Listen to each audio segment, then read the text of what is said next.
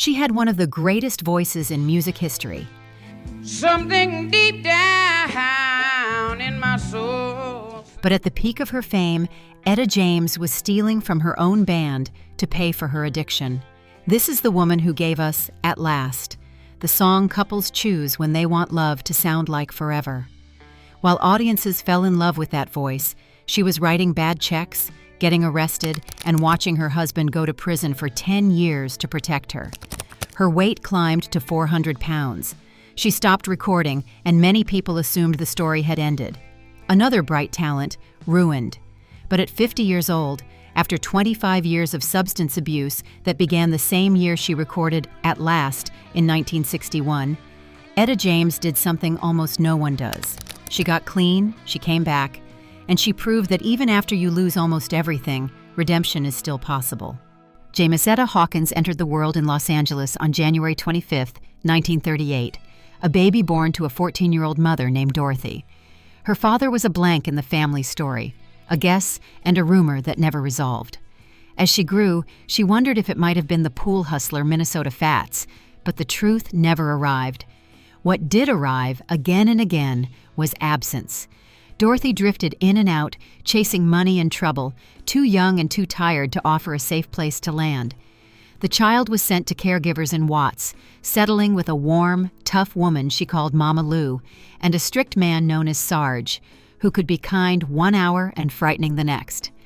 Church gave the little girl a stage and a teacher. According to Etta James, choir director Professor James Earl Hines heard the power in her 5-year-old voice and tried to pull it from her chest.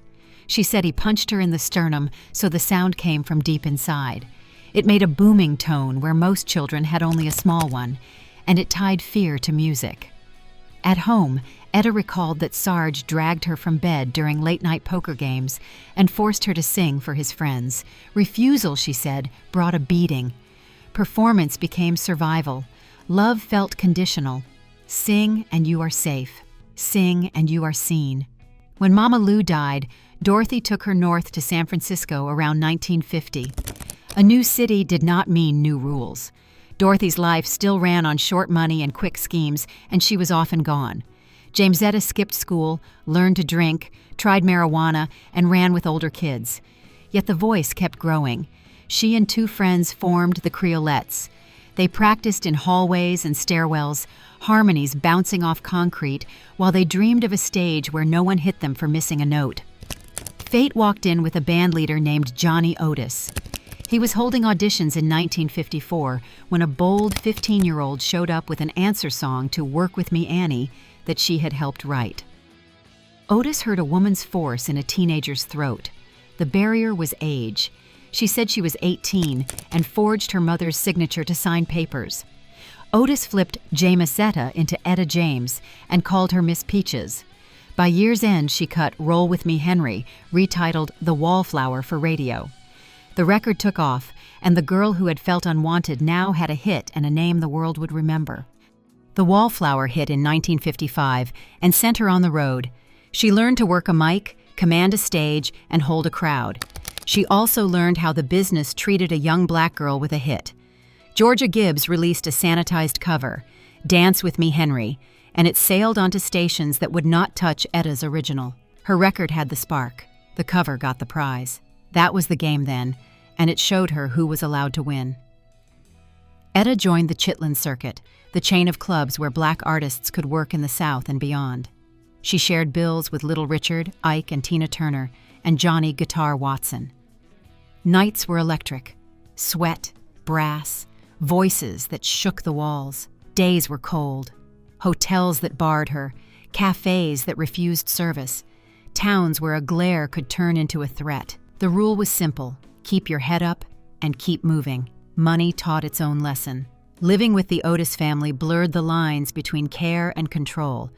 She might get $10 a night while the grown-ups took the big cut. Her songwriting money went into a trust she could not touch until 21.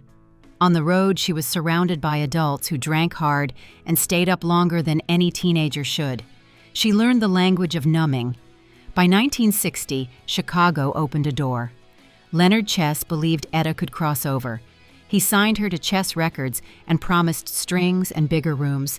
She wanted that and fair treatment. Only one of those hopes would be simple.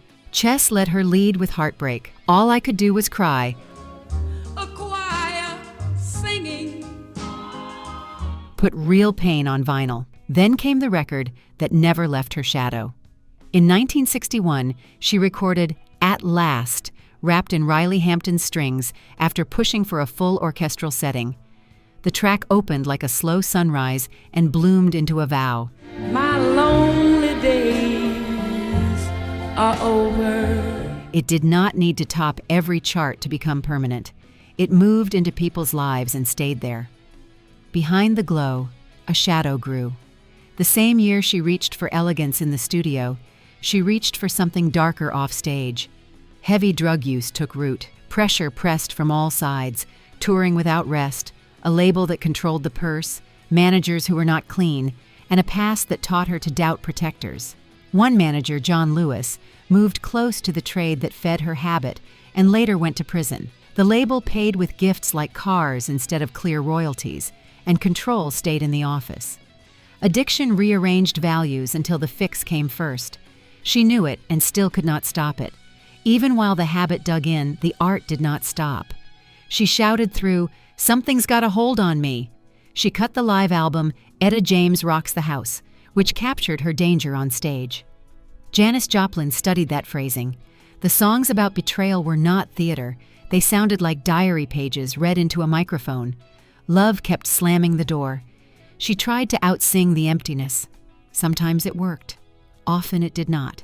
The world had not changed because she wore a gown in front of strings. Her work could be copied and pushed to stations that ignored her. The studio might cheer a take and then say the money was gone.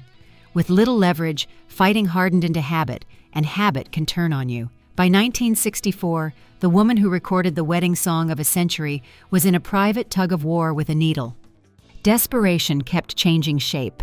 First came bad checks, then forged prescriptions, then borrowing from friends and not returning what she took.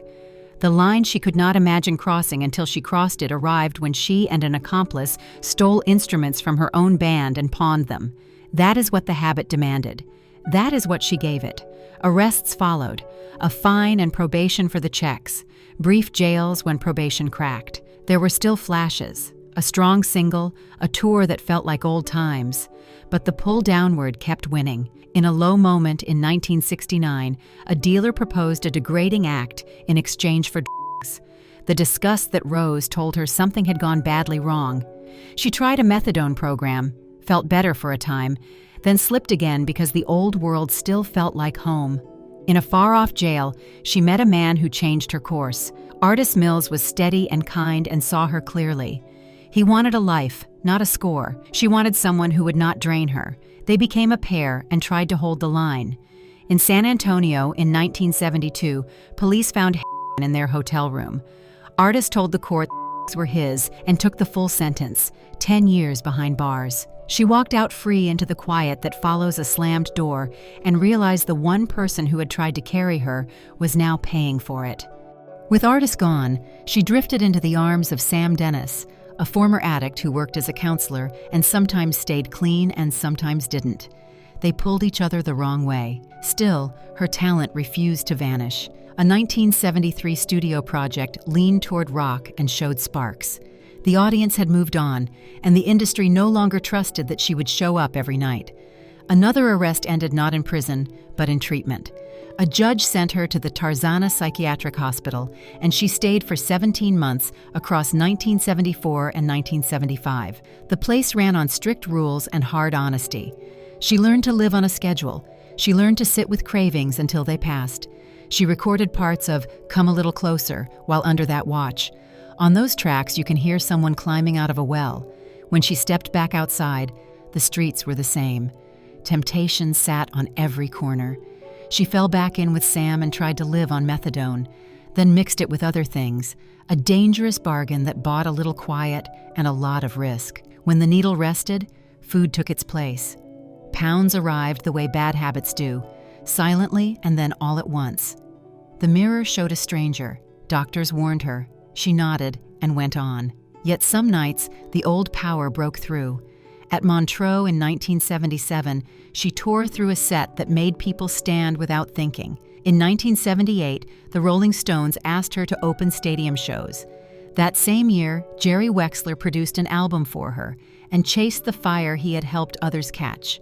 The songs were strong. The habit was stronger. After changes in 1980, the studio went quiet. Years passed without a new record. She had left chess and had little to show for those hits. The business moved on. Younger voices filled the air. Old friends stopped calling. People whispered she was lost for good. The woman whose voice had once stopped rooms was now just trying to keep the lights on. She knew the pattern. Billie Holiday died in her 40s, Janis Joplin at 27. Etta kept moving, even when the steps were small. In the early 80s, she made scattered appearances, guest spots with the Grateful Dead in 1982, a blues show with John Mayall, signals that she was still here. They were not a comeback, they were proof of life. Then she lit her own fuse. In 1984, she called the Los Angeles Olympic organizers and asked for a slot. There was room. She stood in the opening ceremony and sang "When the Saints Go Marching In" to a stadium full of people and a world watching on television. For some, it was a nice moment in a long night. For her, it was a door cracking open. Around 1988, she made the turn that saved her life. At 50, she broke a habit that had followed her since the year she recorded "At Last." There was no single miracle, just time, exhaustion, and a choice to stop running. Artis had come home after his release in 1981 and stayed.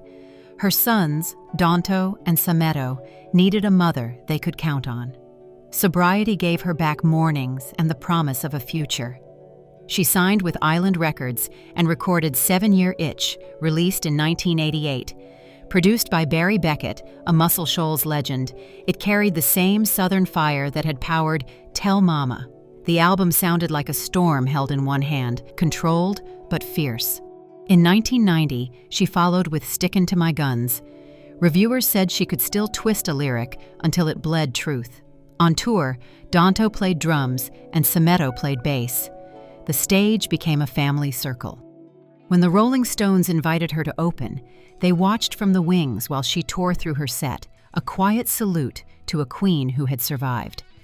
Recognition finally landed the right way. In 1993, she took her place in the Rock and Roll Hall of Fame. The Blues Foundation honored her career. People who had written her off now watched her collect respect that had been delayed for years.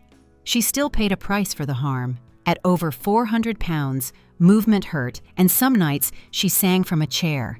In 2002, she chose gastric bypass and lost about 200 pounds. She joked that the weight loss helped her career come back alive because she could move and breathe easier. The records kept coming. Let's Roll won awards. Blues to the Bone did too.